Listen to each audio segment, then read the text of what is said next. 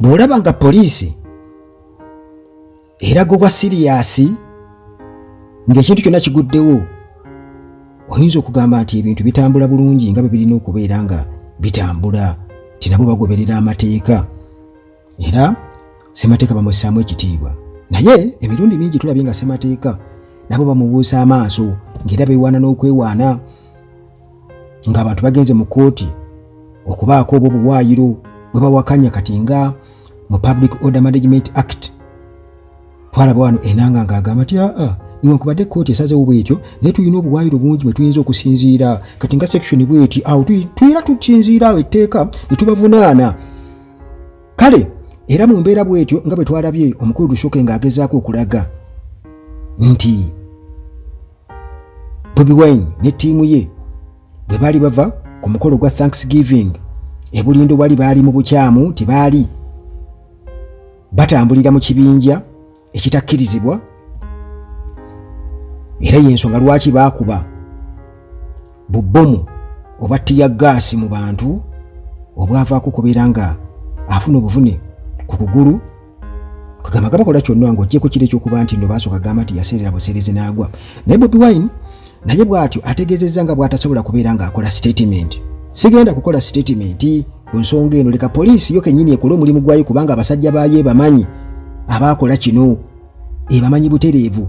Era mu ngeri y'emu akakiiko kano aka Uganda Human Rights Commission nako katera okulaga nga akakola ennyo just katuusa butuusa mukolo, era gye buvuddeko kuba n'abakyala abaakwatibwa nga beekalakaasa ku lw'enguzi abaali beeyambudde engoye essaawa eno bali luzira, ndowooza bayinza okukomawo Septemba 12 mu kkooti. Naye era akakiiko ka Uganda Human Rights Commission nga kayita mu chairperson Wangadya bwe katyo kavuddeyo ne kavumirira ekikolwa ekyokuba nti abakyala bwe baakwatiddwa tebalina gwe baalumya, tebalina gwe baakola kika bwe bagamba. Era ne ku Bobi Wine bwe bati baavuddeyo ne baluwayo statement yaabwe nga bavumirira kino. Naye ebyo byonna byakutuusa mukolo tewali kinene kyawo, ekikulu kiri kimu nti bonna bakolera omuntu omu.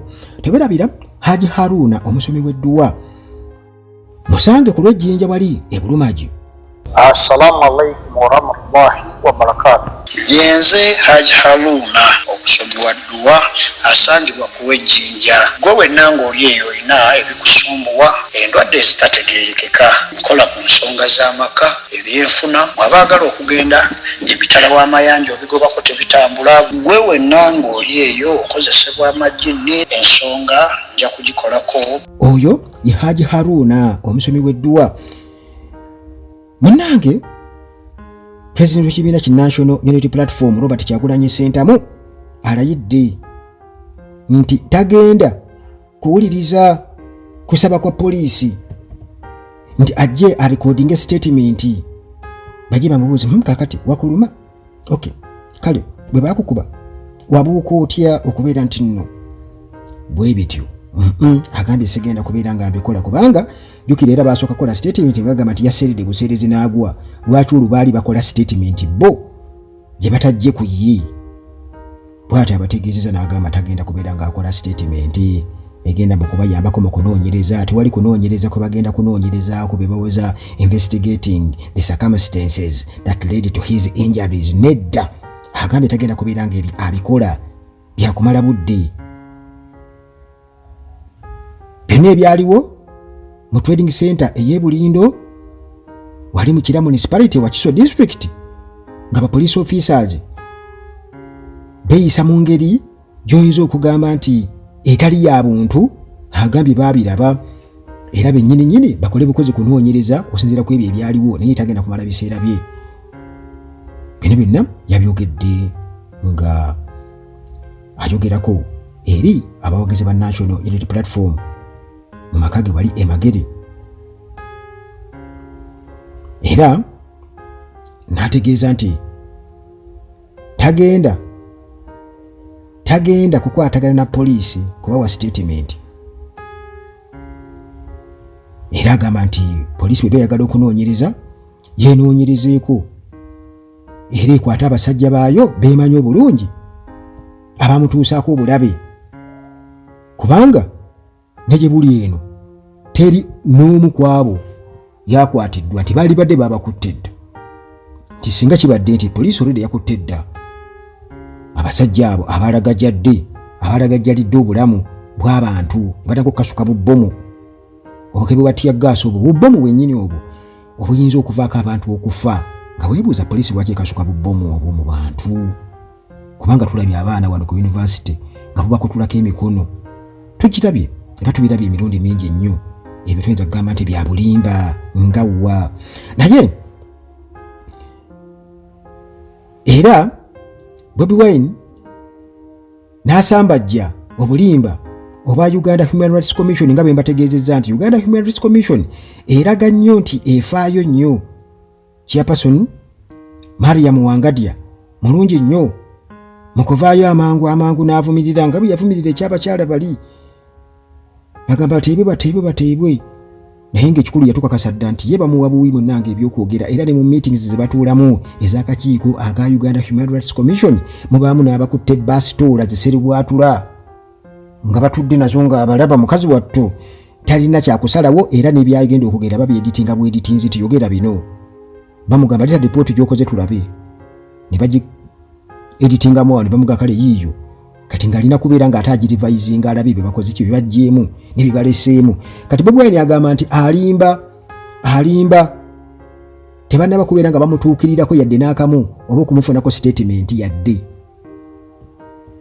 Wangadya gezaako kulya obuyinja naye oze magere tatyayo atyayo State House. Kakati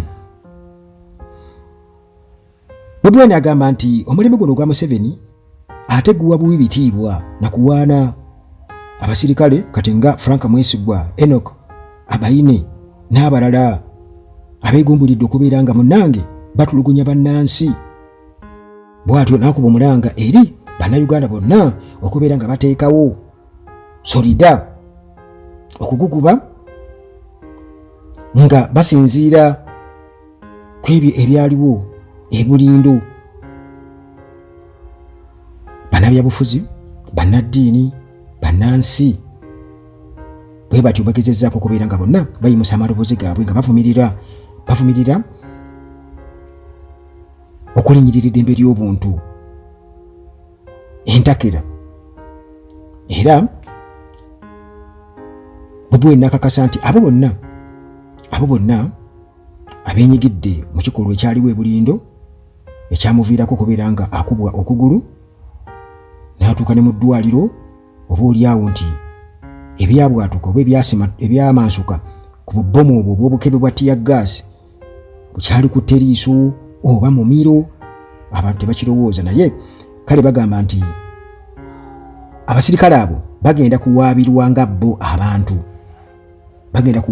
ng'abantu, kubanga jjukira nti singa poliisi yabadde etegeeza kyetegeeza bano baali badde bakwatiddwa, ate bwe twogera ku kigambo poliisi, bwe muganda wange ampuliriza oyinza okulowooza nti eba poliisi gali gaba magye, gabeera magye, nti katujja kwesanga ng'omwogezi wa poliisi ayogerera poliisi naye ng'ate abantu abakoze ekikolobero naye kenyini akimanyi nti ba magye, kubanga naye kenyini wa magye wa UPDF. Kale kwegamba Uganda nga bwe tukimanyi nti muganda wange poliisi yamaamirwa dda, bagiteekamu omukono gwa kyuma, era nga bakoze ebikolobero bingi nnyo. Bobi Wine nti bamutuusizzaako embeera efaanagana bweti emuleetedde okubeera nti awonye okufa emirundi egiwererako ddala mu Arua. Mujjukira Yasin Kawuma yagenda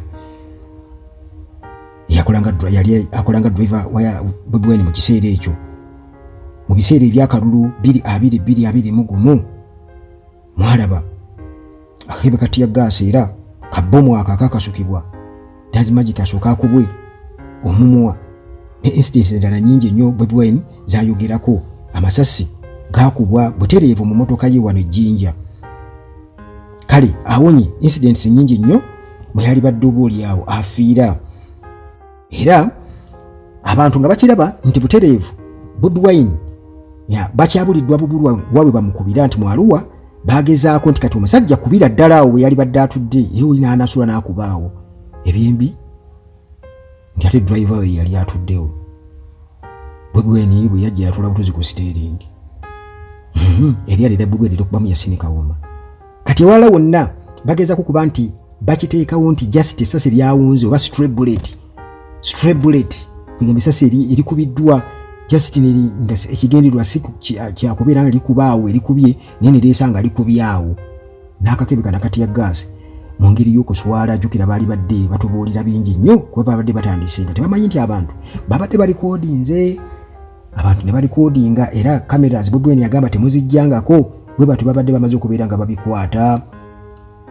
Osobola okuweera internet n'oweera Facebook n'ebirala, naye muganda wange abantu amasimu gaabwe babeera nago era babeera bakutte obutambi obwo. Buli muntu osa kuweera simu nti mulekeraawo okubeera n'amasimu, naye bano abasajja bakikola kubanga tebalina nsonyi. Amasimu gatulabisa kale n'olw'ensonga mugjeeko amasimu naye ne bagajjako era kamera zisigala zikola byembi era bwe ziddirako beezita essimu kiba kitegeeza nti babajja bwapulodinga.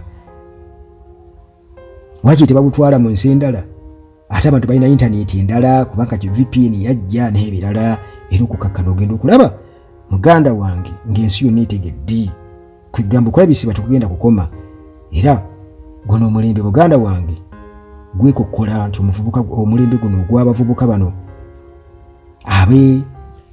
abeefunyiridde okubeera nga banunula eggwanga tegugenda tubeerera mwangu yadde n'akamu kuba balina obumalirivu bw'amaanyi batambula ne kamera buli wamu. Babadde bakiyisizzaabo nti yaseeredde kyennaku nnyo.